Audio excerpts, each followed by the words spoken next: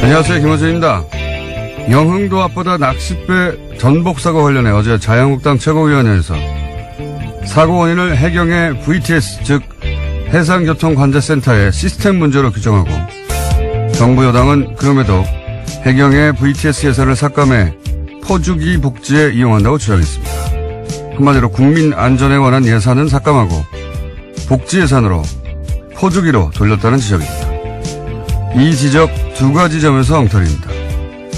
우선 VTS 예산이 줄어든 것은 경인, 태안, 부산의 VTS 사업이 종료돼 자연적으로 줄어든 겁니다.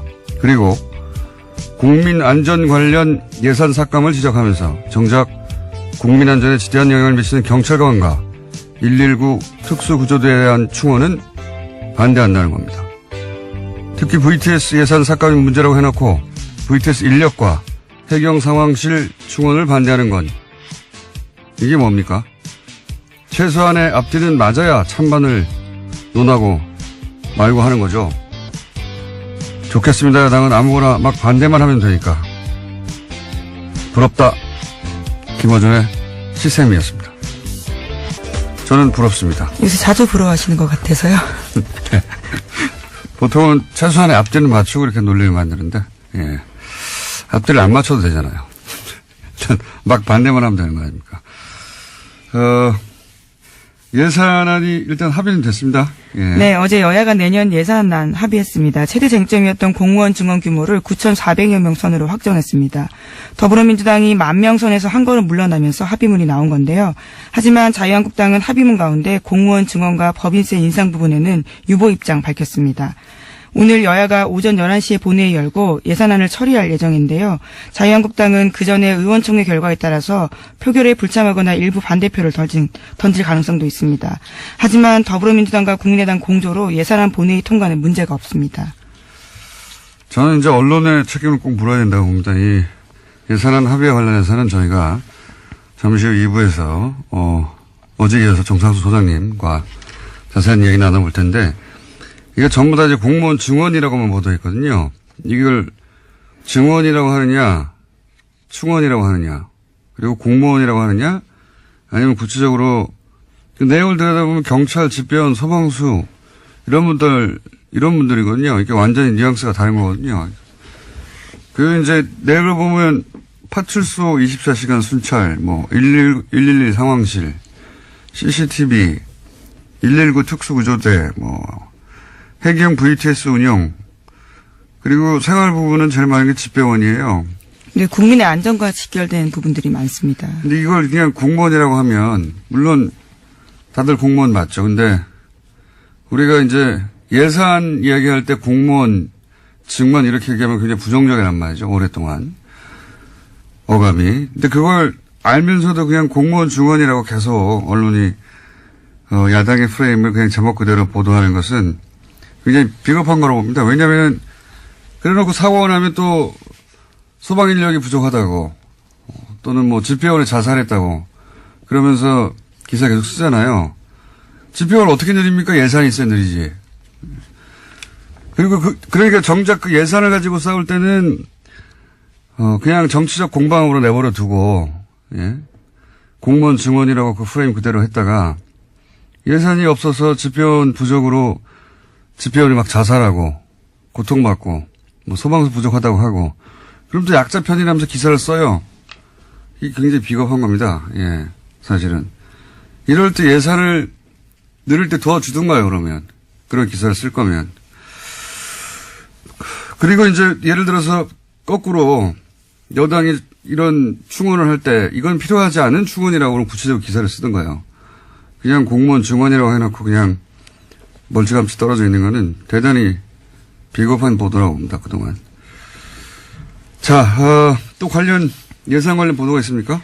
네, 내년도 예산안이 당초 정부 원안보다 보편적 복지를 축소하는 쪽으로 타결이 됐는데요.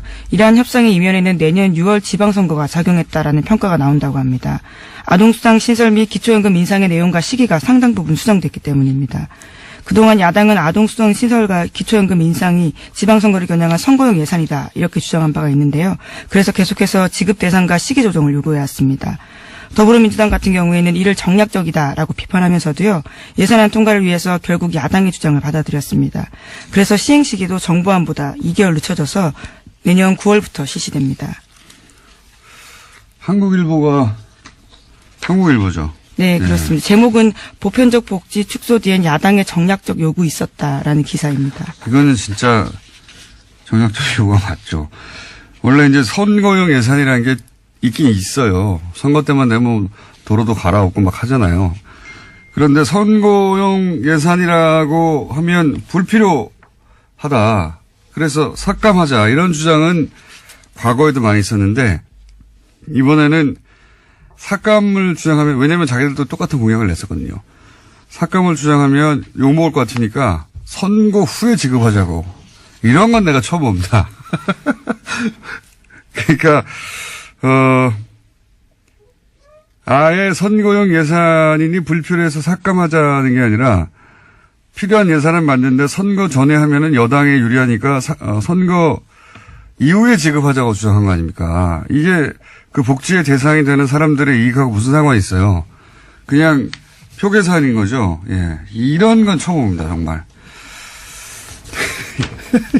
이런 야당의 주장은 처음 보는데, 어쨌든 결국 그렇게 됐습니다. 선거 이후에 지급하는 것으로. 예. 6월에 선거니까 6월 이후에 지급하자. 언제? 9월부터. 예. 이런 야당은 처음 봅니다, 정말. 어쨌든 그런 일이 있었다. 예. 라는 보도가 한국일보를 통해 나왔고요. 다음 뉴스는 뭡니까?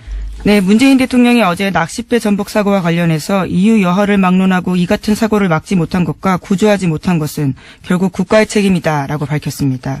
문재인 대통령은 어제 청와대에서 수석보좌관 회의를 주재하고 국민의 생명과 안전에 관한 국가의 책임은 무한 책임이라고 여겨야 한다라고 이야기했는데요. 뿐만 아니라 이번 사건의 수습이 끝나면 늘어나는 낚시 인구의 안전관리에 관해서 제도와 시스템에서 개선하거나 보완할 점이 없는지 점검해 주길 바란다라고 당부했습니다. 또 회의 시작에 앞서서 문재인 대통령과 참모들은 전원 기립해서 10초 정도 묵념을 하고 희생자를 추모했습니다. 사실 원론적인 이야기죠. 예. 이걸 굳이 이렇게 얘기한 이유는 박근혜 정부 때, 예, 재난 컨트롤 타워가 청와대가 아니다라고 했던 걸 이제 되돌려서 바로 잡으려고 하는 의도에서, 원론적인 이야기를 다시 한 거라고 보고, 재난재해를 방지하고 구조하는 국가의 임무가 맞죠. 예. 해상 상황을 하면 전 세계 어디나 해양구조대, 예, 소위 공무원이 출동합니다. 예, 이걸 민간이 하지는 않죠. 민간이 도와줄 수는 있어도. 근데 유독 이 세월호 사고 때는 사실은 해군 출동도 누군가가 맡고 해경도 뒷짐을 지고 있었죠. 왜냐하면 거기 언딘이라고 하는 민간 업체가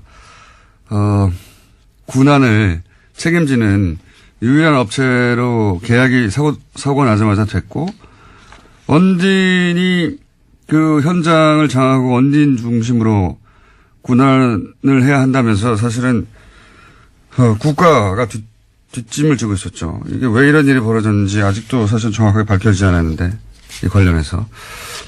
이것도 밝혀내야 하는 일이라고 봅니다. 세월호 관련해서 특조 2기가. 그럼 원론적인 얘기를 했다. 자, 다음은요. 네, 2013년 댓글 사건과 관련해서 국정원이 경찰 인사까지 개입하려 했다라고 오늘 아침에 한겨레 신문이 보도했습니다. 관련 경찰의 수사 상황이 외부로 유출될까 봐서 우려해서인데요. 최근 국정원 적폐청산 TF가 관련 문건을 확보했다라고 합니다. 국정원이 2012년에서 2013년 서울수서경찰서의 후임자까지 관여한 정황이 담긴 내용인데요. 구체적인 내용들을 보면 2013년 4월께 국정원은 당시 이광석 수서경찰서장 후임 인사를 언급하면서 잔불 정리를 확실히 할 사람을 후임자로 앉혀야 한다라는 취지의 보고서를 썼다라고 합니다. 당시에 이제 수서경찰서가 소위 셀프 강금 사건. 네, 그 실무를 담당했었습니다. 네, 셀프 강금 사건의 실무를 담당했었기 때문에 거기에는 이제 수사 기록이 있을 거 아닙니까? 그리고 수사를 했던 내부 인력이 있을 거고 그 사람들이 양심 선언하거나 뭐 자료가 나올까봐 국정원이 그 경찰서장 후임을 결정했다는 거 아니에요? 뭐 그런 취지의 내용이라고 하는데요. 실제적으로 원래는 보고서에는 애초에 신임소장으로 유력했던 사람이 박아무개 총경이다라고 쓰여 있습니다. 그런데 실제로 박 총경이 아닌 다른 사람이 총경이 됐다라고 합니다. 그러니까요. 예. 국정원이 그러니까 유력했던 총경을 맡고 다른 사람이 수서경찰서장으로 총경으로 발령나도록 조정을 했다는 얘기인 거죠. 예, 그런 거 정황이 담긴 보고서죠. 그런 의논을 했던 국정원 보고서가 나온 거고, 사실 이명박 박근혜 국정원에서는 정부의 국정원에서는 국정 운영을 실제로 국정원을 했어요. 중요한 한 축으로. 그러니까 뭐 요청에 따라 정보 보고를 한 게 아니라 정치를 실제로 했어요. 예, 관여하지 않은 부분이 없다. 경찰서장 후임자 누구를 해야지 이 댓글 수사 관련해 가지고 양심선언이나 자료 유출이 없을 것이다. 라는 판단을 하고 실제 그렇게 되도록 만든 거 아닙니까? 네. 저는 이제 이런 기사를 볼 때마다 느끼는 게 뭐냐면, 지금 국정원 직원들 말고, 이런 시절에 국정원을 거친 오비들, 예, 소위 오비들, 그 사람들이 과거를 잊지 못하고 여전히 민간인 신분에서 영향력을 발휘하려고 하는 그런 시도가 있을 수, 왜냐하면 자기들 머릿속에는 자기들 이렇게 경찰서장 날리고 누구 날리고 혹은 누구 꽂고 혹은 뭐 방송국에 누구 날리고 누구 넣고 하는 걸 다 했잖아요. 근데 그렇게 예전도 아닙니다. 2012년, 13년 상황인데요. 국정원 개혁 진짜 필요한 거죠. 근데 이제 그 시절 10여 년간 뭐 그 이전도 마찬가지긴 한데 이런 시절에 국정원의 고위 관리를 지내고 이제는 은퇴한 사람들, 저는 그 사람들 관리해야 된다고 봅니다. 예. 하던 대로 하거든요. 예. 이런 뉴스를 볼 때마다 그런 생각이 들고요. 자, 다음 뉴스는 뭡니까? 실제 그 사람들이 또 댓글 공작에 대규모로 동원됐잖아요. 예. 네, 양지의 사건도 지금 굴러가고 있습니다. 재판받고 있는 중인데요. 자, 네. 다음 뉴스 어떻습니까? 네, 우병우 전 민정수석이 소위 아들 꽃보직 특혜 논란도 있었습니다. 관련해서 어제 법정 증언이 나왔는데요.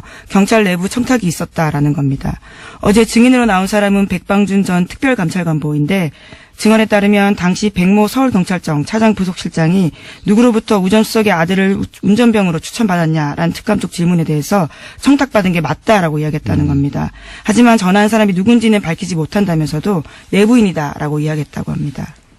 이게 이제 이석수 특별감찰관에 이어서 감찰관 보도 똑같은 얘기를 했다 이런 내용이래요. 예. 네, 자신이 과거에도 감찰을 하려고 했는데 방해를 받았다라는 증언도 했습니다. 예. 이석수 특별감찰관도 똑같은 내용을 증언했었고 이제는 감찰관 보 넘버 2도 똑같이 우수석 아들이 특혜를 받았는데 그건 분명한데 누가 그런 청탁을 했는지는 밝히지 못하겠다고 해서 수사가 진행되지 않았다. 그리고 이 사람들은 다 잘렸으니까요. 그런 다음에. 그리고 그렇게 다 자르는 일에 관여했던 것으로 보이는 사람들, 추명호 전 국장. 국장은 어제가 아니죠. 구속이 됐는데, 추 국장에게 이제 지시를 했다고 하는 최 차장. 네, 최윤수 전 차장 같은 경우에 왜 영장이 기각됐냐라면서 관련해서 굉장히 토로했다라는 거죠. 관련해서. 요 사건과 관련된 일입니다, 결국은. 예. 이 사람들이 왜 잘렸냐면은 이석수 감찰관 이런 사람들이 우병우 전 민정수석이 뭔가 비위가 있다라고, 예, 감찰을 하고 있는데 갑자기 국정원 쪽에서 거꾸로, 이석수 감찰관을 뒷조사를 해서. 네, 불법 사찰했죠. 날려버렸는데 그 건으로 이제 그 정보를 건네준 추명호 국장은 구속이 됐고 그런데 이제 그 지시를 한 우병우 수석의 30년 친구라고 하는 최 전 국정원 차장은 구속이 안 됐고, 예, 이 사안은 저희가 이정열 전 부장판사와 또 잠시 후에 이야기 나눠보겠습니다. 계속 얘기해야 돼요, 이런 사건은. 예, 한 번 얘기하고 끝나는 게 아니라. 자, 다음 뉴스 뭡니까? 네, 검찰이 최근 김태효 전 청와대 대외전략기획관의 통화 내역을 조회하는 과정에서 수상한 내역을 포착했다라고 합니다. 지난 10월경부터 김 전 기획관이 이명박 정부 청와대 핵심 관계자들과 자주 통화를 했고요. 통화 시간도 평소보다 훨씬 늘었다라는 건데요. 당시는 연재욱 전 사이버사령관과 임관빈 전 국방부 정책실장 그리고 김관진 전 장관까지 검찰 조사 받을 때였습니다. 그렇겠죠, 뭐. 예. 김태효 기획관은 굉장히 중요한 그 위치에 있던 사람입니다. 이 김태효 대외전략기획관이 국정원 그리고 사이버 사령부 뭐 이렇게 댓글 공작을 주로 하던 사람들이 청와대에 들어가면 반드시 만났던 사람이거든요. 예, 청와대 쪽에서 댓글에 방향을 지시하고 또 보고를 받고 하던 그러니까 대통령 바로 아래서 사실은 청와대 내에 댓글 공작을 총지휘했던 사람으로 지금 추정되는 그런 혐의가 있는 사람인데 이제 분류가기 직전에 관계자들하고 열심히 통화했다. 네, 오늘 피의자 신분으로 검찰에 출석합니다. 그렇군요. 틀림없이 구속영장이 청구될 것 같은데 과연 구속영장이 발부될지는 이 관련해서는 다 기각되거나 아니면 발부된 것도 다 뒤집고 있으니까요. 자, 다음 뉴스는 뭡니까? 네, 미국의 러시아 게이트 관련된 소식도 전해드리겠습니다. 지난 대선 당시 트럼프 캠프와 러시아 정부의 유착 관계에서 전미 총계협회가 연결고리 역할을 한 정황이 나왔다라고 뉴욕타임스가 보도했습니다. 전미 총계협회 쪽 인사가 지난해 5월 달에 트럼프 캠프 정책보좌관에게 이메일을 보냈는데요. 내용을 보면 트럼프 후보와 러시아 푸틴 대통령의 만남을 주선할 수 있다라는 제안이 있었다라고 합니다. 이메일 제목은 크렘린 커넥션입니다. 이 전미 총계협회는 미국에서 가장 강력한 로비단체. 그렇죠. 예. 공화당에 가장 많은 그 정치원금을 내는 곳이거든요. 예. 총기협회한테 밑보이고 공화당이 당선될 수는 없다. 이렇게 얘기되는 곳인데, 여기가 러시아와 이제 커넥션이, 트럼프 캠프 커넥션의 중간 고리였다. 굉장히 오히려 지금 굉장히 충격적인 소식인데, 이게 북한과 예를 들어서 특정 캠프와의 커넥션을 북한과 뭐 자유한국당과 커넥션을 그런 성격입니다, 지금. 보수. 최대 이익단체니까요. 그리고 보수정당이니까. 예. 북한과, 자유한국당의 커넥션을 정경련이 중간에서 역할을 했다. 그런 정도의 뉴스예요. 예, 실제로. 그리고 또, 이 사람 위에도, 예. 이 총기협회 관련해서 연결고리가 계속 나오고 있는데, 이렇게 되면 트럼프와 전미 총기협회가 같이 무너지지 않을까. 무너질까요? 무너지지는 않을 것 같은데, 이 총기협회 조직은 워낙 강력해서. 완전히 새로운 종류의 뉴스가 나온 겁니다. 네. 트럼프가 끝까지 갈 수 있을까요? 자, 이런 뉴스가 있었고요. 하나 정도 더 하고 끝낼 것 같습니다. 제목만. 네. 미국 정부가 팔레스타인의 강력한 반대에도 불구하고 예루살렘을 이스라엘의 수도로 공식 인정할 거라는 관측이 제기되고 있는데요. 이에 따라서 아랍의 긴장감이 고조되고 있습니다. 이 또한 뉴욕타임스 보도인데 지난 2일 현지 시각으로 지난 2일 보도입니다. 트럼프 대통령이 오는 6일쯤에 예루살렘을 이스라엘 수도로 인정할 거다라는 보도가 나왔습니다. 트럼프 사위가 유대인이거든요. 예. 그런 것도 영향을 미친 것 같고, 트럼프가 예전부터 이제 예루살렘에 대해서, 이스라엘에 대해서, 지나친 친이스라엘 정책을 얘기했었는데, 이 예루살렘은 가보신 분은 아시겠지만, 이슬람의 성지기도 하고, 예, 개신교의 성지기도 하고, 예, 유대교, 아르메니아교 다 거기 있죠. 예. 게다가, 예루살렘의 동부, 거기가 이제 이슬람 성지고 하는 곳인데, 여기를 자기들 마음대로 병합을 했어요. 그러니까 요르단강 서안하고, 그때 팔레스타인이 지배하고 있던 지역을. 그래 놓고 여기를 수도로 한다고 이제 계속 주장하고 있는 거예요. 예, 실제로는 현재 수도가 아닌데, 미국 정부는 이걸 인정 안 했거든요. 왜냐하면 그렇게 되면 영원히, 거기 있는 팔레스타인하고는 소위 양국 모두 인정하는 정책이란 말이죠, 미국에서는. 예. 양국 체제를 인정하는, 물론 뭐, 이스라엘은 가둬놓고 있지만, 벽 안에. 가둬놓고 있긴 한데. 이렇게 되면 그 주변에 있는, 아랍 국가들이, 예. 인정할 수가 없죠. 병합을. 전쟁하자는 얘기죠. 거기에 자기들 성지도 있는데, 전쟁하자는 얘기인데, 그걸 이제 트럼프가 밀어붙이려고 한다. 그런 뉴스가 있다, 이건데, 정말로 이 지역에서 전쟁을 원하는 건지는 모르겠어요. 예. 트럼프는 대선 당시에도 관련된 공약을 한 바가 있습니다. 이 아랍 쪽에서 전쟁을 하고 무기를 팔아먹고 이런 계산하는 걸까요? 전쟁을 원하는 것 같다는 생각도 합니다. 네. 이 뉴스는 저희가 따로 한번 다뤄보겠습니다. 국제 시간에. 시사인의 김은지였습니다. 감사합니다.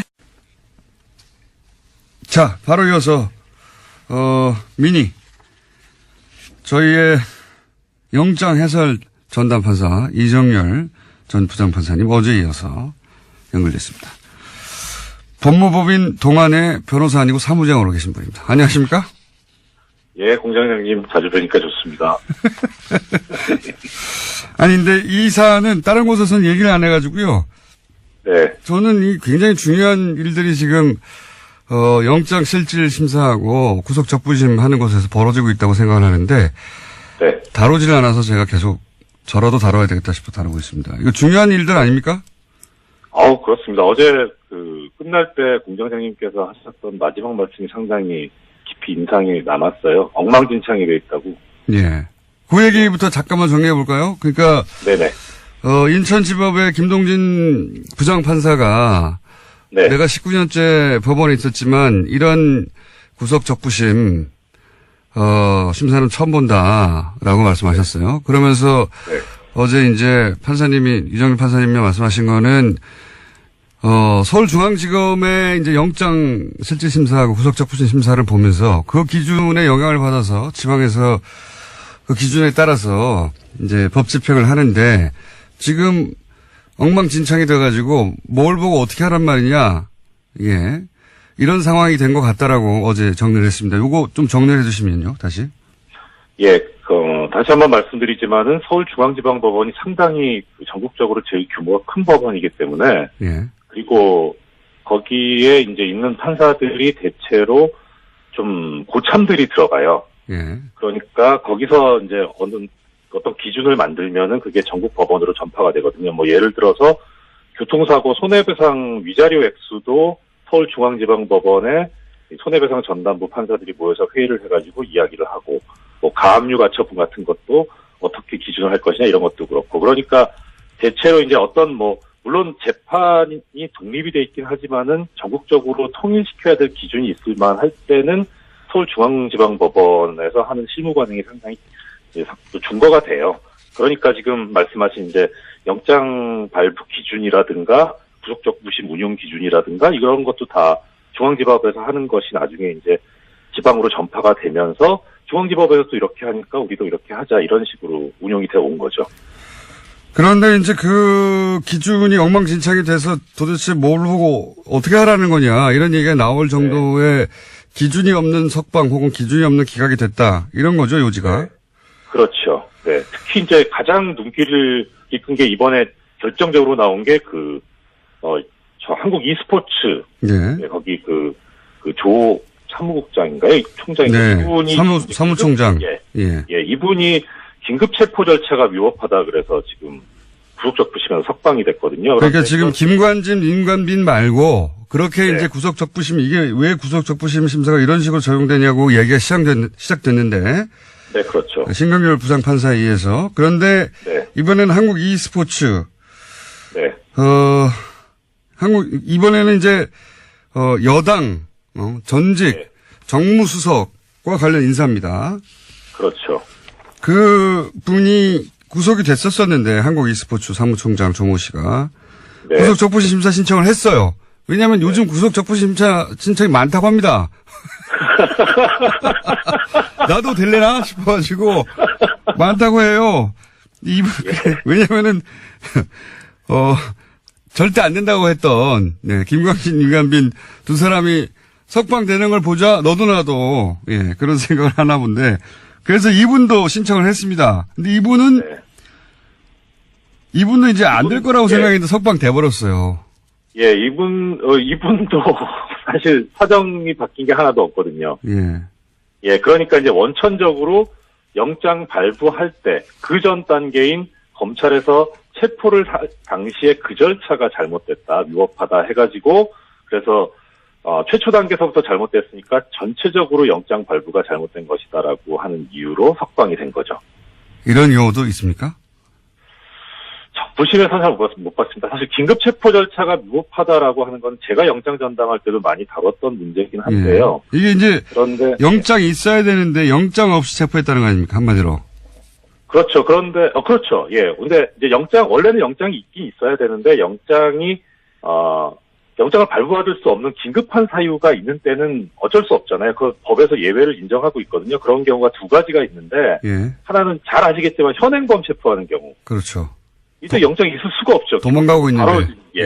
바로 바로 범죄가 벌어졌으니까. 두 번째는 이제 현행범은 아닌데 약간 이제 시간이 지났는데 범죄가 일어나고 나서 그런데 긴급하게 이거는 영장 없이 체포를 하지 않으면은 완전히 뭐 도망갈 수 있거나 증거를 인멸할 우려가 있으니까 예외적으로 인정하는 경우인데 이 경우에 대해서 이제 어떤 경우를 그럼 긴급한 경우로 보냐라고 법에서 정해놓은 요건이 있어요. 그게 언제냐면은 그 지방법원 판사의 체포영장을 받을 수 없는 경우인데 특히 이런 긴급한 상황을 뭐라고 했냐면은 우연히 만난 경우. 우연히 만난 경우? 네, 그렇죠. 영장이 있을 수가 없잖아요. 그렇죠. 그런데 도망갈 것 같고. 이런 경우에 긴급하게 할 수 있다는 거예요. 그리고 모든 범죄가 그렇게 된다는 것도 아니고, 법정형이 가장 높은 게 뭐 사형, 무기, 3년, 장기 3년 이상. 이런 경우에 이제 할 수 있다는 거죠. 그러니까 요건이 상당히 엄격해요. 영장주의의 예외니까. 형이 아주 중한 피의자인데 우연히 만났거나 그렇죠. 지금 놔주면 도망가거나 증거인멸을 할 것 같거나. 그럼 수사기관이 어느 정도 재량권이 있습니까? 그러니까 여기에 대해서 사실 법상으로 보면 재량권이 전혀 없어요. 법에 그냥 우연히 발견한 경우 이런 식으로 돼 있거든요. 근데 이렇게 되면은 우연히 발견한 경우라는 게 사실 그렇게 지극히 드문 경우이기 때문에 이걸 그대로 법대로 적용을 하면 이게 법이 있으나마나한 이런 조항이 되어버리니까 이게 좀 역사적인 걸 볼 필요가 있는 게 이 긴급 체포라는 게 나오기 전께 긴급 구속이라는 게 있었어요, 예전에. 근데 그때는 이런 식의 조문이 아니었거든요. 그러니까 검찰에서도 수사기관에서도 그냥 뭐 조문은 들어갔지만 옛날에 긴급 구속처럼 운용을 해온 거예요. 그냥 뭐 우연히 발견한 경우 아니라도 체포를 했었죠. 그런데 이렇게 되니까 법대로 하면 문제가 생길 수 있으니까 대법원에서 이걸 판례를 약간 완화를 해줍니다. 그래서 아까 조금 전에 공장장님 말씀하신 대로 상당한 재량권이 있다. 그런 긴급 체포하는 경우에 수사기관이 그 현장에서 판단해서 재량권 할 수 있는데 그게 상당한 재량권이 있다고 봐준 거군요. 그렇죠. 그리고 그 다음에 이 상당한 재량권이 있는데 이렇게 재량권을 가지고 판단을 했을 때 그게 현저하게 합리성을 잃은 경우에는 긴급 체포가 위법하다 이렇게 판례가 완화를 해줍니다. 이게 2002년도에 최초에 나온 판례예요. 그렇군요. 그러니까 결국 법을 그대로 운영하면은 문제가 생길 수 있으니까 판례가 완화를 해줬는데 그런데 정말 법대로 하면 이제 문제가 있긴 있거든요. 그러니까 이번에 이 e스포츠 사무총장이 석방된 거는 정말 그대로 법대로 했다고 볼 수는 있어요. 그렇게 말하면. 조문대로. 법대로 했다고. 근데 그게 이미 2002년에 그 법대, 소위 그 조문대로만 하면 사실. 다 풀어줘야 되니까. 수사기관에게 상당한 재량권을 줬는데, 이번에는 거꾸로 상당한 재량권을 뺏어버린 거군요, 말하자면. 법대로 해가지고. 그렇죠, 그 조문이 있긴 있지만 사실은 현실과는 다른, 이때까지 한 10여 년 이상 없었던 판결을 내린 거는 마찬가지네요? 뭐, 거의 없었죠. 이런 경우가. 그러니까, 이제, 지적하고 싶은 건 뭐냐면, 뭐, 법대로 운영할 수도 있어요. 할 수도 있는데, 문제는, 이제, 영장전담 판사가 영장을 발부를 했잖아요. 그러면은, 그 발부할 때 그때도 긴급체포 위법 얘기가 나왔었다고 하거든요. 그러니까 그때는 그러면은 보니까, 뭐, 문제는 있긴 있는 것 같은데, 이게 상당한 재량권을까지도 넘어선 거냐. 그러니까, 현저하게라는 게 뭐냐면 누가 봐도 명백한 거거든요. 그러니까 누가 봐도 명백하게 이게 불합리한 거냐, 체포가. 이런 정도까지 돼야 되는데 아무리 지금 요새 서울중앙지법 영장판사들이 이상한 결정들을 하지만 이것 판사 기본이거든요. 그야말로. 그러니까 그런데도 불구하고 영장이 나왔다는 거는 좀 약간 이상하긴 해도 현저하게 명백하게 이상하지는 않다. 이렇게 봤다고 보는 게 맞죠. 판사님, 자꾸 이제 법리적으로 해석하시는데 이거는 제가 보기에는 이쪽 풀어줬으니까 이쪽도 풀어준 겁니다. 그러고 그것도 그 말씀도 맞고 더 나가서 걱정스러운 거는 이제 향후에 더 이 긴급체포가 된 사람들이 워낙 뭐 많기 때문에 예를 들어서 뭐 대상은 아니지만 최순실 같은 경우에도 긴급체포됐었거든요. 그러면 이 사유를 들어가지고 보석 청구하면 받아줘야 될 거예요. 판사님. 내일 또 하셔야 될 것 같습니다. 오늘 여기까지 하고. 시간이 빨라요. 10분 이내 끝나려고 했는데 10분이 지났어요. 자, 그러니까 요지는 그런 거네요. 이번에 석방된 사람은 이번에는 이제 전병헌 수석과 관련한 사건인데 이거는 긴급 체포라고 하는 문건으로만 따지면, 문자 그대로만 따지면 풀어줄 수도 있는 사건이긴 한데, 이미 2002년 판례로 수사기관에 상당한 재량권을 주어서 더 이상 긴급체포를 하고 영장이 발부된 사람을 구속 적부심을 풀어주는 예가 없는데, 이번에 또 풀어줬다. 예. 네. 이거는 이제 왜 김관진 인관비만 풀어주냐 저쪽 사람들만 얘기를 들을까봐 이쪽도 저는 그리고 풀어준 향후에 거다. 포석이다. 네, 풀어준 것이고 향후에 또 이런 식으로 긴급체포가 된 사건이 있을 경우에는 계속 풀어줄 수 있는 근거를 마련하였다. 예. 네. 그러면 탁월하십니다. 검찰 입장에서는 이렇게 긴급체포를 못하는 거죠. 뭐 눈치 부담이 되는 거죠. 부담이. 예. 부담이 되죠. 네. 아주 나쁜 판결이 또 하나 나왔고요. 예. 이 사안은 내일도 또 다뤄보겠습니다. 감사합니다. 알겠습니다. 예, 안녕히 계십시오. 고맙습니다. 법무법인 동안 변호사인 사무장 이정렬 전 부장판사였습니다. 10년간 예산만 파신, 예. 숫자를 보면 흥분하시는 분, 나라살림연구소의 정창수 소장님, 간만에 스튜디오에 나오셨습니다. 안녕하십니까? 네, 안녕하십니까? 예. 최순실 수문 예산을 차단내신 혁혁한 공을 세우고 특검에 가서 강의도 하신 분입니다. 최순실 예산이 어디 숨어 있나. 네. 그렇게 할 수 있었던 이유는 뭐냐면 20년간 아무도 안 시켰는데, 예, 예산 숫자를 들여다보고 다 수천 페이지를 분석해 왔었던 분이라 그걸 할 수 있었는데 오늘은 어제 합의된 예산안 아직 전부 다 보지는 못하셨죠? 예, 그리고 아직 남아 있습니다. 지금 일부 예를 들면 혁신읍면동이라든가 이런 거는 네. 소소위에서 지금 논의 오늘 오전에 아직도. 했습니다. 네. 네. 큰 틀에서 소위 이제 잠정 합의인데 이제 잠정 합의가 국민의당과 민주당이 잠정 합의가 돼서 의석수가 확보됐기 때문에 자유한국당은 계속 반대하지만 이대로 된다고 봐야 되죠, 거의. 잠정 합의된 거의 부분은. 됐다고 봐야죠. 예. 근데 이제 어제 까지 최대 쟁점, 언론에서도 계속 보도한 게 공무원 증언, 예, 이라고 했던, 원래는 저는 이거는 이제 충원이라고 보는데, 왜냐하면 그 내용을 보면 누구나 이제 납득할 만한 내용들이거든요. 예, 그게 경찰, 소방서 또 누가 있죠? 사회복지사, 집배원, 네. 예, 해경, 119 구조대. 네, 거의 전원입니다. 예. 그러니까 이런 사람들이에요, 다. 그러니까 공무원 증언이라고 하면 안 되고 제가 보기에는, 구체적으로 소방서, 경찰, 해경, 사회복지사, 집배원, 충원 이렇게 말해야 되거든요. 네, 맞습니다. 그렇게 말하면은 아무도 반대할 수가 없어요. 네. 근데 이걸 줄였습니다, 일단. 예. 퉁쳐서 공무원이라고 해버리니까. 예. 이건 언론이 잘못한 거라고 봅니다. 구체적으로 누군지 말해줘야 되는데 계속 공무원 증언이라고 하는 굉장히 부정적 프레임을 갖다 쓴 거거든요. 네. 직무유기예요, 언론에. 어쨌든. 그렇게 쓴 사람들은 이제 앞으로 집배원 어쩌고저쩌고 쓰면 안 됩니다. 예산을 확보해줘야 그 사람을 늘리죠. 자, 그렇게 해서 얼마나 줄었습니까? 그래서 2,700명 줄었는데요. 네. 이게 이제 당장 1월부터 근무하시는 게 아니기 때문에 그리고 이제 채용 과정이 걸릴 거 아닙니까? 네. 그러면 연간 한 2천만 원 치더라도 네. 540억입니다. 그러니까 우리나라 예산이 428조니까 10,000분의 1 정도 된다고 보면 되죠. 그러니까 이게 액수가 문제가 아니었던 거죠. 네. 네. 액수가 문제였던 게 아니라 공무원 증언이라고 하는, 그리고 공약 이러니까요. 네. 공무원 증언이라고 하는 그 부정적 프레임을 내걸 수 있다 보니까 계속 여기 매달렸던 것 같아요. 오늘도 조선일보 일면 보니까 큰 정보로 가는 이런 식으로 표현을 하더라고요. 예. 그런 프레임을 걸기에 딱 좋은 게 그렇죠. 공무원 숫자죠. 공무원 증언, 복지 퍼주기, 큰 정부, 그래서 그리스 항상 나오지 않습니까? 맨 뒤에. 슈퍼 예산 이런 같이 예. 가는.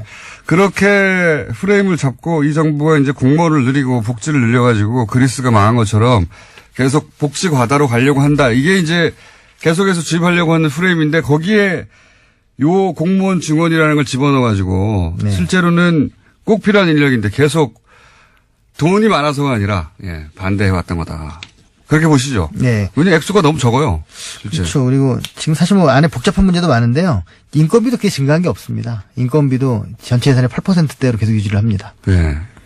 그러니까 이게 굉장히 좀 안타까워요. 계속 왜 공무원 증언이라고 언론이 받아주는지 조금만 따져보면 여기서 누가 반대하겠어요? 사실 집배원 너무 열악하다. 소방수 너무 부족하다. 해경 장비 부족하다, 뭐 CCTV 인력 부족하다, 특수구조대 부족하다 이 얘기 언론의 단골 메뉴거든요. 그러니까 정확한 워딩은 민생 공무원 충원 이게 딱 맞는 것 같습니다. 그러니까요. 예. 그 사람들 늘리자고 하는 예산을 막으면 막지 못하게 했었어야죠. 언론이. 다른 건 몰라도 이거는. 진짜 나쁜 비겁한 언론의 보도 행태였다고 봅니다. 이 공무원 중원이라고 하는 프레임을 그대로 받아준 거는. 어쨌든 그래서 줄었습니다. 예. 줄었고. 그런데 아직 다 못 보셨다고 했는데 합의안 중에 오늘 아침에 꼼수를 발견하셨다고요. 네네. 어떤 꼼수를 발견하셨습니까? 그 합의안 중에 이제 아동수당이 있는데, 예. 아동수당이 원래 이 전체 아동들한테 예. 10만원씩 주는 거 아닙니까? 이게 이제 소위 이제 지방선거 이후에 하라고. 네. 예. 우리는 거기에 주목해가지고, 예. 그래서 저는 말을 만들었는데요. 선심 정치가 아니라 악심 정치다. 퍼주기가 아니라 이제 퍼내기인 것. 그래서 이거를 이런 건 처음 봤어요, 정말. 저는 선심공개하게 못하게 하는 건 봤어도, 그거 반대하면 욕먹으니까 하긴 하는데 선거 이후에 해. 이거 처음 봤어요. 이거 민주당이 야당일 때는 정부가 하는 거에서 플러스 해가지고 하는 게 주로 많았는데, 또 마이너스가 됐습니다. 예. 그래서 합의문을 자세히 유심히 아침에 오면서 보니까 예. 뭐가 있냐면, 일단 시기만 넣친 게 아니에요. 시기만 늦춘 게 아니고, 예. 2인 가족이라는 말이 들어가 있는 거예요. 예. 그러면 이게 무슨 말이냐면, 둘째부터 준다는 거거든요. 둘째? 예. 그러니까, 그래서 반토막이 됐어요. 그러니까 1조 1,000억 주려고 했던 게 5,100억으로 줄었습니다. 이거를 방심하는 사이에. 네. 원래는 1인이었어요, 1인. 예. 아동, 그러니까 첫 아이. 예, 첫 아이. 부터 모든 아이지, 모든 아이지. 그렇죠. 모든 아이죠. 모든 아이에서 지급하던 것을 아이가 둘이 돼야지 지급하는 것으로. 그리고 이제 물론 저희는 거의 뭐만 봤냐면 100%를 90%로 줄이는 거 예. 그것만 봐가지고 예. 왜 이렇게 보편복지를 반대하느냐 그랬는데 실제로는 2인 가구란 말에 더 핵심이 있었던 거를 우리가 이제 90% 줄은 게 아니라 절반으로 줄은 거다. 오늘 제가 아침에 몇몇 언론을 봤는데 딱 한 언론 정도 빼놓고는 그거를 본 곳이 없더라고요.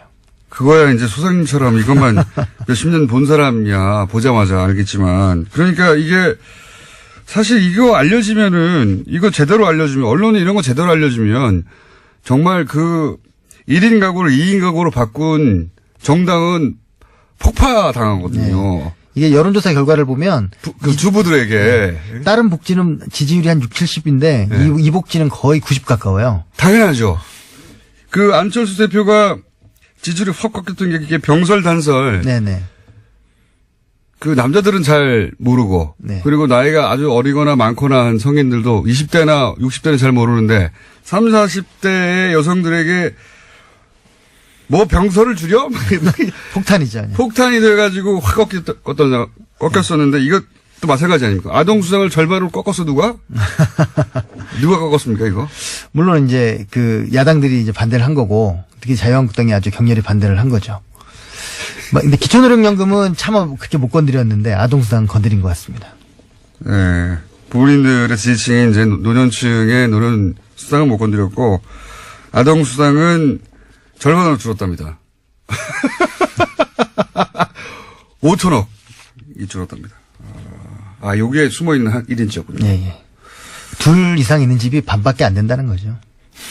아하. 저출산의 문제입니다. 이것, 이제 처음에는 이제 시기를 뒤로 연기하는 것만 생각했더니 그걸 절반으로 줄였습니다. 아마 전략이 넘어갈 것 같아요. 90% 그거에 싸우느라고 2인 가족이 얼마나 무서운 말이라는 걸 모르는 것 같습니다. 아하. 그렇구나. 그런 일이 벌어졌고요. 또 뭐가 있습니까? 숨어있는 것들. 네, 그리고. 숨어있는 것들 많겠죠. 네, 맞죠. 뭐 법인세 같은 경우에 좀 이제. 예. 좀 어떻게 보면 줄이느라고 줄였는데. 예. 사실은 그렇게 많이 줄이지 못해 3천억 정도 줄였습니다. 예. 그 대기업들 3천억 부담을 덜어준 셈인데. 자유한국당이 요만큼 해낸 거군요. 네. 예. 그래도 의미가 있는 것은 88년 이후에 처음으로 법인세가 인상됐다는 거예요. 처음으로. 예. 예. MB 때 워낙 많이 깎았으니까요. 예, 거의 한 2조 6천억 요 정도를 깎은 거죠. 예. 근데 그걸 이제 거의 돌린 거죠, 이제. 거의 90%. 이명박 전 대통령이 이렇게 많이 깎아주고. 그러니까 매년 2조 때니까. 그러니까요. 9년이면 10년이면 20조를 깎아준 거죠. 아니, 이명박 전 대통령 때 한 번 확 끌어내렸지 않습니까? 예, 예. 그때 한 2조 정도 그러니까 2조를 재벌들이 세이브하게 해준 거잖아요. 네, 세이브하게 해주고. 예. 그냥 있었을까요? 뭐 사람들이 세상 공짜는 없죠. 계산이 분명한 분인데, 네. 그런 일이 있었다고 하고. 법인세는, 자유한국당이 끌어내리긴 했는데, 다시, 3천억 정도. 네. 원래는 5천억 정도였습니까? 그러니까 이제 뭐 계산을 이제 잘 못한 것 같기도 한데 여하튼 그 3천억 원 이상에서 2천억 원 이상을 정부가 주장했고 예. 3천억 이상으로 이제 바꾼 거거든요. 예. 그래 봐야 그 세금이 줄어든 건 3천억 정도 됩니다. 알겠습니다. 그리고 2018년 예산안 성격 규정을 하면 어떻습니까? 전체적으로 디테일은 저희가 좀 더 계속해서 전화 연결도 하고 계속 다뤄가겠습니다. 이 사안은. 두 가지인데요. 확정이 안 됐으니까. 예. 그러니까 세 가지인데요. 예. 복지 예산을 늘리고 그리고 재정 건전성을 지키는 두 마리 토끼를 잡으려고 했던 짠돌이 예산이다. 아, 그래요? 네. 좀 해설해 주십시오. 그러니까 복지 예산을 늘리긴 늘렸죠. 늘리긴 늘렸는데. 근데 이제 대규모로 늘린 건 아니고 예. 방향을 전환한 겁니다. 예. 그래서 이런 지금 아동수당이라든가 기초노령연금 증가라든가 예. 뭐 최저임금 보장 이런 것들을 넣었기 때문에 예. 당장 액수는 사실 크지 않지만 예. 이 방향으로 가게끔 이제 방향을 틀은 거고요. 방향을 틀었다. 예, 그렇기 번째. 때문에 양은 많지 않으니까 예. 재정 건전성을 해치지 않은 거죠. 그 이 정부에서 이 야당에서 특히 얘기하는 7.1% 최대 증액이다. 예. 라는 얘기를 들어서 제가 아침 새벽에 금시 찾아봤습니다. 네. 그랬더니 박근혜 정부 때 8% 올린 적도 있더라고요. 추경까지 포함해서 7.1도 한 번 더 있고. 이분한테 걸리면 다 숫자가 박살이 나기 때문에 함부로 말하면 안 돼요. 그러니까 최대라고 얘기할 수 없는 거죠. 네. 차라리 박근혜 정부 이후 최대라고 해야겠죠. 그렇군요. 그러니까 이게 예를 들어 정의당 같은 곳에서는 예산이 좀 부족하다. 네네. 라고 할 것이고, 근데 중요한 것은 방향을 틀었다는 거다. 네. 복지의 방향으로. 그러면서도 재정 건전성을 지켰다는 게 또 의미가 있습니다. 또 어떤 의미가 있습니까? 이게 보시기에 이제 가장 큰 의미라는 거죠. 숫자 자체를 볼 때. 예, 그렇죠. 왜냐하면 복지를 늘리고서도 재정 건전성 지켰다는 건 보통 쉬운 일은 아니거든요. 그렇군요. 내년에 지출도 늘렸지만 수입을 더 늘렸습니다. 그래서 8조 정도 늘려가지고 예. 예, 그런 지금 긍정적인 지금 상황이 됐습니다. 그러면은 이제 첫 번째 해는 이렇고, 다음에는 더 이쪽 방향으로 가겠다. 네네. 이런 신호탄일 수도 있겠네요. 그래서 사실은 요번에 야당이 많이 막았지만 예. 그래도 효과가 크게 크지 않은 것은 뭐냐면 방향을 트는 거의 핵심이 뭐냐면 법을 바꾸는 겁니다. 예. 아동수당도 법이 있어야지 되는 거고. 예. 기초노령령도 법을 바꿔야 되고. 예. 최저임금도 법을 바꿔야 되거든요. 예. 법은 생기는 거죠. 예. 그러면 이제 방향이 바꿔지는 겁니다. 아하. 전문가로부터 해설을 드리니까 잘 이해가 갑니다.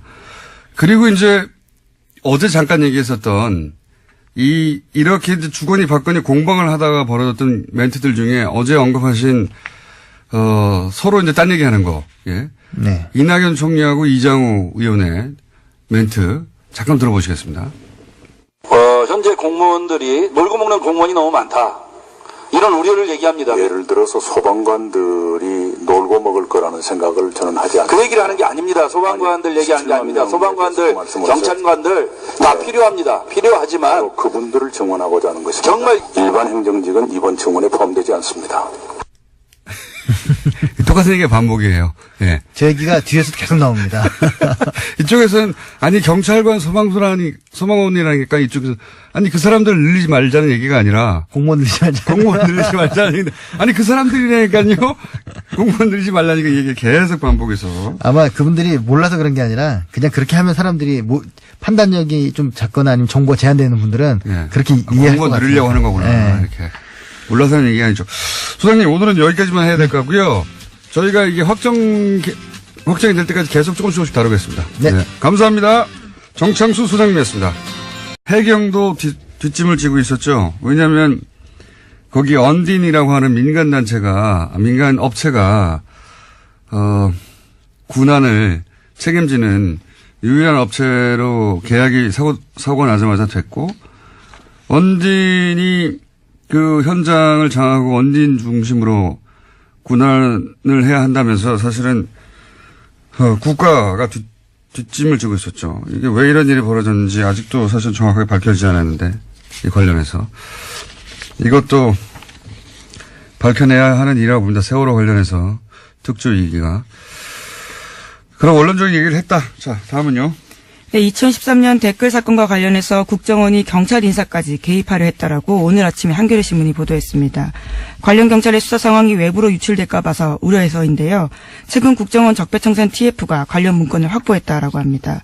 국정원이 2012년에서 2013년 서울수서경찰서의 후임자까지 관여한 정황이 담긴 내용인데요.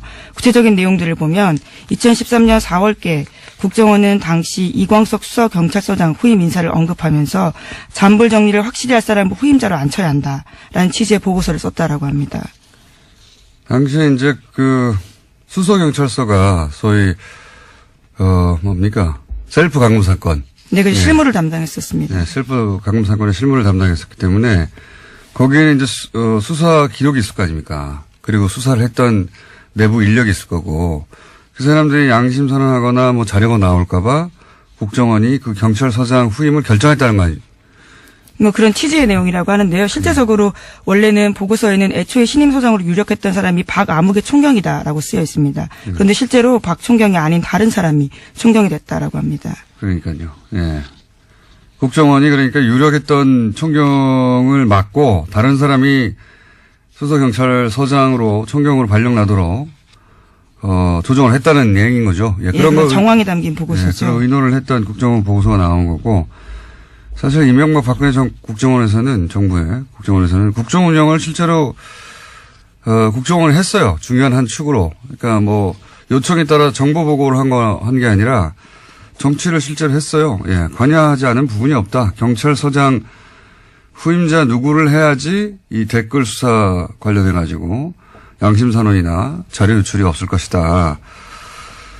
라는 판단을 하고 라는 기사입니다. 이거는 진짜 정략적 요구가 맞죠. 원래 이제 선거용 예산이라는 게 있긴 있어요. 선거 때만 되면 도로도 갈아엎고 막 하잖아요. 그런데 선거용 예산이라고 하면 불필요하다. 그래서 삭감하자. 이런 주장은 과거에도 많이 있었는데 이번에는 삭감을 주장하면 왜냐하면 자기들도 똑같은 공약을 냈었거든요. 삭감을 주장하면 욕먹을 것 같으니까 선거 후에 지급하자고. 이런 건 내가 처음 봅니다. 그러니까 아예 선거용 예산이니 불필요해서 삭감하자는 게 아니라 필요한 예산은 맞는데 선거 전에 하면은 여당에 유리하니까 선거 이후에 지급하자고 주장한 거 아닙니까? 이게 그 복지의 대상이 되는 사람들의 이익하고 무슨 상관이 있어요? 그냥 표 계산인 거죠. 예, 이런 건 처음 봅니다, 정말. 이런 야당의 주장은 처음 보는데 어쨌든 결국 그렇게 됐습니다. 선거 이후에 지급하는 것으로. 예. 6월에 선거니까 6월 이후에 지급하자. 언제? 9월부터. 예. 이런 야당은 처음 봅니다, 정말. 어쨌든 그런 일이 있었다. 예. 라는 보도가 한국일보를 통해 나왔고요. 다음 뉴스는 뭡니까? 네, 문재인 대통령이 어제 낚싯배 전복 사고와 관련해서 이유 여하를 막론하고 이 같은 사고를 막지 못한 것과 구조하지 못한 것은 결국 국가의 책임이다라고 밝혔습니다. 문재인 대통령은 어제 청와대에서 수석보좌관 회의를 주재하고 국민의 생명과 안전에 관한 국가의 책임은 무한 책임이라고 여겨야 한다라고 이야기했는데요. 뿐만 아니라 이번 사건의 수습이 끝나면 늘어나는 낚시 인구의 안전관리에 관해서 제도와 시스템에서 개선하거나 보완할 점이 없는지 점검해 주길 바란다라고 당부했습니다. 또 회의 시작에 앞서서 문재인 대통령과 참모들은 전원 기립해서 10초 정도 묵념을 하고 희생자를 추모했습니다. 사실 원론적인 이야기죠. 예, 이걸 굳이 이렇게 얘기한 이유는 박근혜 정부 때 재난 컨트롤 타워가 청와대가 아니다라고 했던 건 이제 되돌려서 바로 잡으려고 하는 의도에서 원론적인 이야기를 다시 한 거라고 보고 재난재해를 방지하고 구조하는 국가의 임무가 맞죠. 예.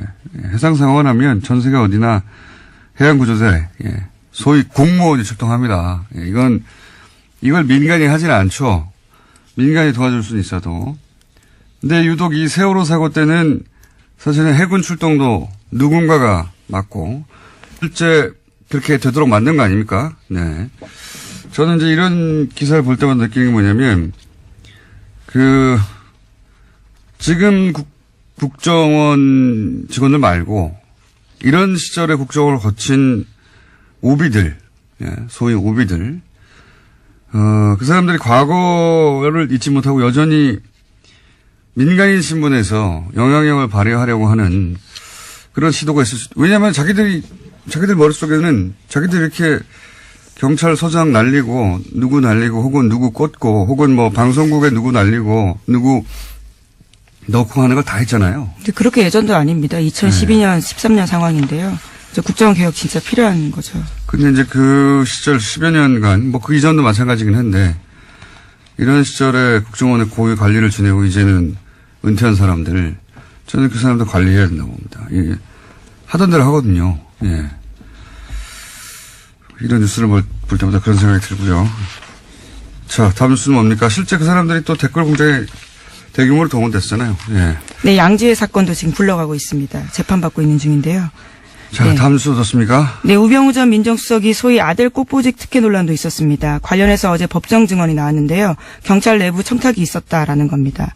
어제 증인으로 나온 사람은 백방준 전 특별감찰관보인데 증언에 따르면 당시 백모 서울경찰청 차장 부속실장이 누구로부터 우 전 수석의 아들을 운전병으로 추천받았냐라는 특감 쪽 질문에 대해서 청탁받은 게 맞다라고 이야기했다는 겁니다. 하지만 전화한 사람이 누군지는 밝히지 못한다면서도 내부인이다라고 이야기했다고 합니다.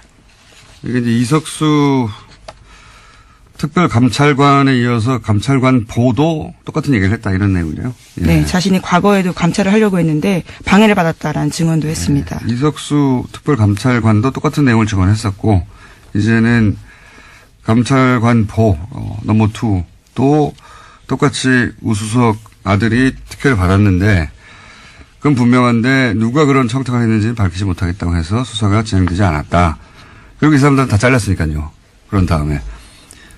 그리고 그렇게 다 자르는 일에 관여했던 것으로 보이는 사람들, 추명호 전 국장. 국장은 어제가 아니죠. 구속이 됐는데, 추 국장에게 이제 지시를 했다고 하는 최 차장.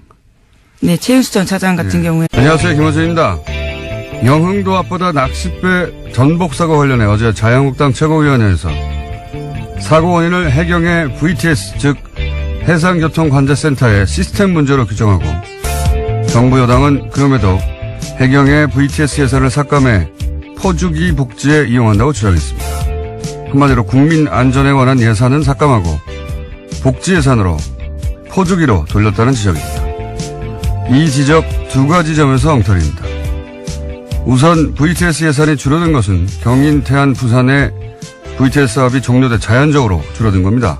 그리고 국민 안전 관련 예산 삭감을 지적하면서 정작 국민 안전에 지대한 영향을 미치는 경찰관과 119 특수구조대에 대한 충원은 반대한다는 겁니다. 특히 VTS 예산 삭감이 문제라고 해놓고 VTS 인력과 해경 상황실 충원을 반대하는 건 이게 뭡니까? 최소한의 앞뒤는 맞아야 찬반을 논하고 말고 하는 거죠. 좋겠습니다. 야당은 아무거나 막 반대만 하면 되니까. 부럽다. 김어준의 시샘이었습니다. 저는 부럽습니다. 요새 자주 부러워하시는 것 같아서요. 네. 보통은 최소한의 앞뒤는 맞추고 이렇게 논리를 만드는데, 예. 앞뒤를 안 맞춰도 되잖아요. 막 반대만 하면 되는 거 아닙니까? 예산안이 일단 합의는 됐습니다. 예. 네, 어제 여야가 내년 예산안 합의했습니다. 최대 쟁점이었던 공무원 증원 규모를 9,400여 명 선으로 확정했습니다. 더불어민주당이 10,000명 선에서 한 걸음 물러나면서 합의문이 나온 건데요. 하지만 자유한국당은 합의문 가운데 공무원 증원과 법인세 인상 부분에는 유보 입장 밝혔습니다. 오늘 여야가 오전 11시에 본회의 열고 예산안을 처리할 예정인데요. 자유한국당은 그 전에 의원총회 결과에 따라서 표결에 불참하거나 일부 반대표를 던질 가능성도 있습니다. 하지만 더불어민주당과 국민의당 공조로 예산안 본회의 통과는 문제가 없습니다. 저는 이제 언론의 책임을 꼭 물어야 된다고 봅니다. 이 예산안 합의에 관련해서는 저희가 잠시 후 2부에서 어제 이어서 정상수 소장님과 자세한 이야기 나눠볼 텐데 이게 전부 다 이제 공무원 증원이라고만 보도했거든요. 이걸 증원이라고 하느냐, 충원이라고 하느냐, 그리고 공무원이라고 하느냐, 아니면 구체적으로 그 내용을 들여다보면 경찰, 집배원, 소방수 이런 분들이거든요. 이게 완전히 뉘앙스가 다른 거거든요. 그 이제 내용을 보면 파출소 24시간 순찰, 112 상황실, CCTV, 119 특수구조대, 해경 VTS 운영, 그리고 생활 부분은 제일 많은 게 집배원이에요. 근데 국민의 안전과 직결된 부분들이 많습니다. 근데 이걸 그냥 공무원이라고 하면, 물론 다들 공무원 맞죠. 근데 우리가 이제 예산 이야기할 때 공무원 직만 이렇게 얘기하면 굉장히 부정적이란 말이죠. 오랫동안. 어감이. 근데 그걸 알면서도 그냥 공무원 중원이라고 계속 언론이 야당의 프레임을 그냥 제목 그대로 보도하는 것은 굉장히 비겁한 거라고 봅니다. 왜냐하면 그래놓고 사고가 나면 또 소방 인력이 부족하다고 또는 뭐 집배원이 자살했다고 그러면서 기사 계속 쓰잖아요. 집배원 어떻게 늘립니까? 예산이 있어야 늘리지. 그리고 그러니까 정작 그 예산을 가지고 싸울 때는 그냥 정치적 공방으로 내버려 두고 예? 공무원 증원이라고 그 프레임 그대로 했다가 예산이 없어서 집배원 부족으로 집배원이 막 자살하고 고통받고 뭐 소방서 부족하다고 하고 그럼 또 약자 편이라면서 기사를 써요. 이게 굉장히 비겁한 겁니다. 예, 사실은. 이럴 때 예산을 늘릴 때 도와주든가요, 그러면. 그런 기사를 쓸 거면.